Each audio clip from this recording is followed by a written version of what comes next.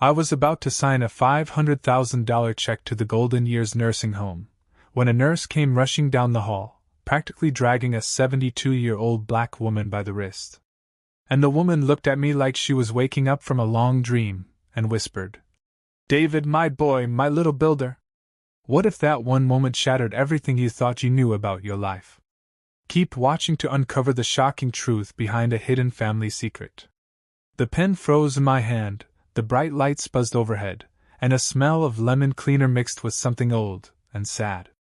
While the nurse muttered that her patient was confused, always talking about a son named David who got rich and never came back. I don't know why, but the name she gave, Rosa Johnson, put a crack straight through the life I'd been told to remember. I'm David Thompson, CEO of Comfortable Suits, with Skyline Offices, the adopted son of Richard and Margaret, the family in Chicago everyone knows because they give money to places where names get etched in brass. I grew up hearing a neat story. My nanny had personal problems. She left suddenly. I was 5. It was better this way. And I never asked too many questions because the house was big, the rules were easy, and the holidays were picture perfect. You know what I mean? But when Rosa lifted her chin and found my eyes, something simple and warm came back. A kitchen radio, oatmeal with too much cinnamon, a woman singing off-key on purpose just to make me laugh, a cardboard castle I called home. And I heard myself ask, "What's going on here?" Can you imagine discovering your real mother after 30 years of lies?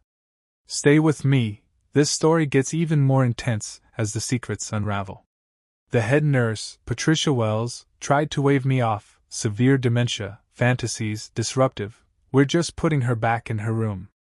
Rosa squeezed the air like she was holding an invisible hand and said, "You stack cereal boxes into little towers, baby, and when they fell, you'd say, 'Mama Rosa, it needs stronger beams.'" The nurse gave me that tight smile people use when power is in the room. "Mr. Thompson, she does that to every man who visits. Let's not encourage it." I didn't walk away. I sat with Rosa in the day room, under a painting of sunflowers that had never seen the sun, and asked the questions you ask when you're trying to prove a ghost is real. Who taught me to tie my shoes?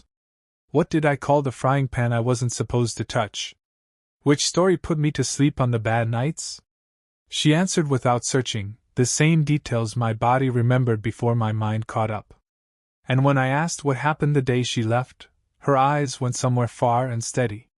And she said, "A man in a suit brought papers. Said a black nanny was wrong for a white boy in a good house. Said if I didn't leave quiet, they'd call it kidnapping." A name floated up, Charles Morrison, a lawyer who handled delicate adoptions for people who never got their hands dirty. I felt the floor tilt. Patricia tried to cut in. "Mr. Thompson, you're upsetting her. Let's talk about your generous donation." I put the check away and told Rosa I'd be back tomorrow.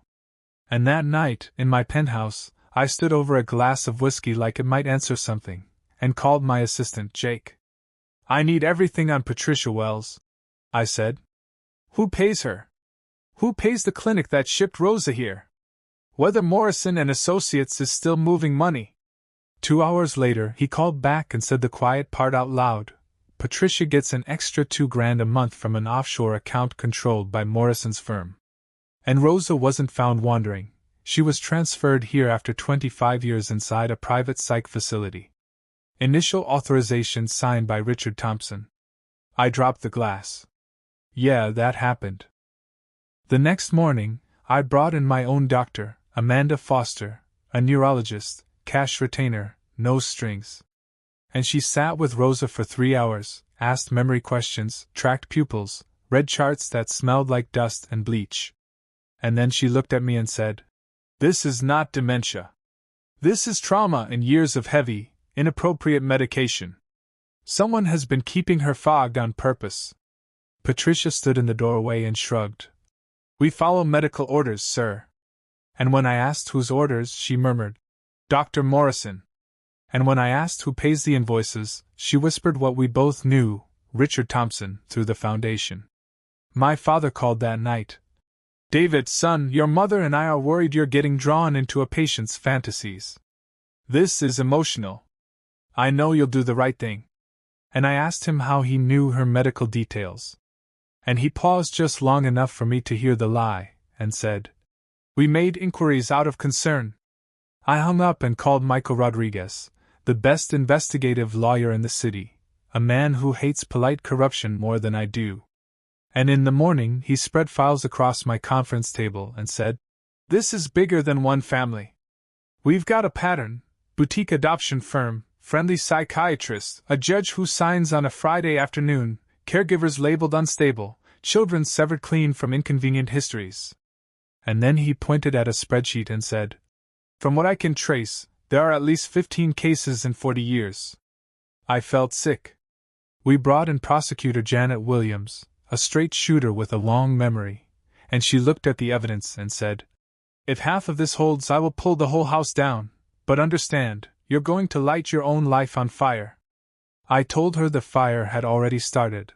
I was just deciding to stop pretending it was candlelight. We moved fast.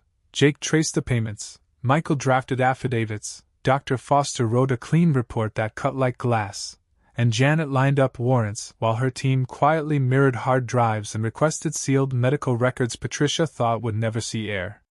Rosa stayed with me in the quiet hours, more lucid every day without the drugs, telling me names: Carmen, who vanished after caring for twins; Martha, who tried to sue and didn't live to see the hearing. And when I said I was scared, she took my hand and said, "Baby, I spent 3 decades being told my memories were a disease.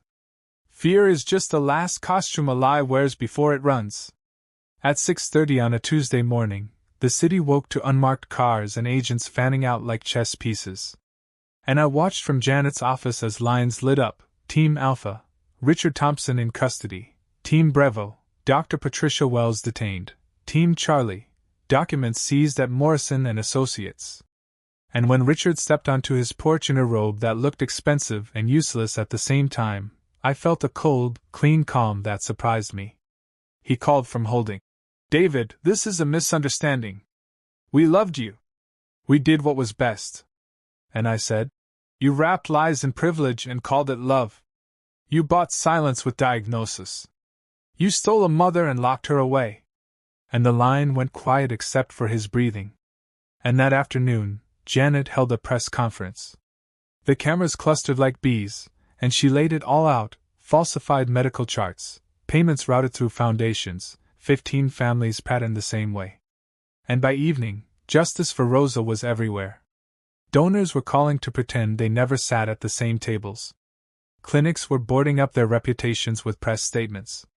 And people who had lived on the wrong side of a closed door were telling their stories on courthouse steps. 3 days later, I moved Rosa into a warm, sunlit house with a kitchen big enough for cookies and a garden where she could hum to the plants. And when I asked how it felt, she said, "Like the air finally remembered my name." We turned Golden Year's West Wing into the Rosa Johnson Welcome Center, a place where people torn by the same machine could walk in and not be treated like a problem to be medicated. And we hired counselors who know the difference between confusion and the fog that follows cruelty, and a legal clinic that translates grief into filings and filings into daylight. 2 years on, the foundation runs hotlines in 3 states. Michael trains young lawyers to hunt the paper trails. Janet is now the Attorney General and still answers my texts with one word: moving. And appeals have been denied. Richard will serve his time. Margaret lives in a quiet facility that finally respects consent. Patricia lost her license and works nights pushing a mop. And the truth is, I don't feel triumphant so much as steady, like a beam that finally sits where it should. There is a piece of this that won't let me sleep long, a file Michael found that suggests what we dismantled was only one branch of a tree with deeper roots in other counties. And sometimes I sit with Rosa on the porch and don't say it yet, because rest is a kind of justice, too. Then she looks at me like she can read my breath and says, "When you're ready, we'll go." And I nod because she's the bravest person I know. People ask if I forgive Richard, and the honest answer changes depending on the weather. But what stays is this: I chose justice over revenge because justice builds while revenge just burns.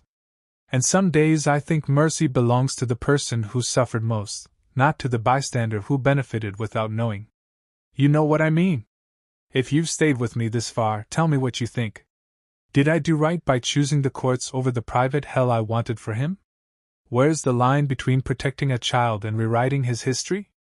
Have you seen a system that looked clean outside and rotten inside? And what did you do about it? Drop your city and local time. Share your take on justice versus forgiveness. Tell us if you've lived through something like this. And if this story hit a nerve, like, subscribe. Send it to someone who believes powerful people can make anything go away.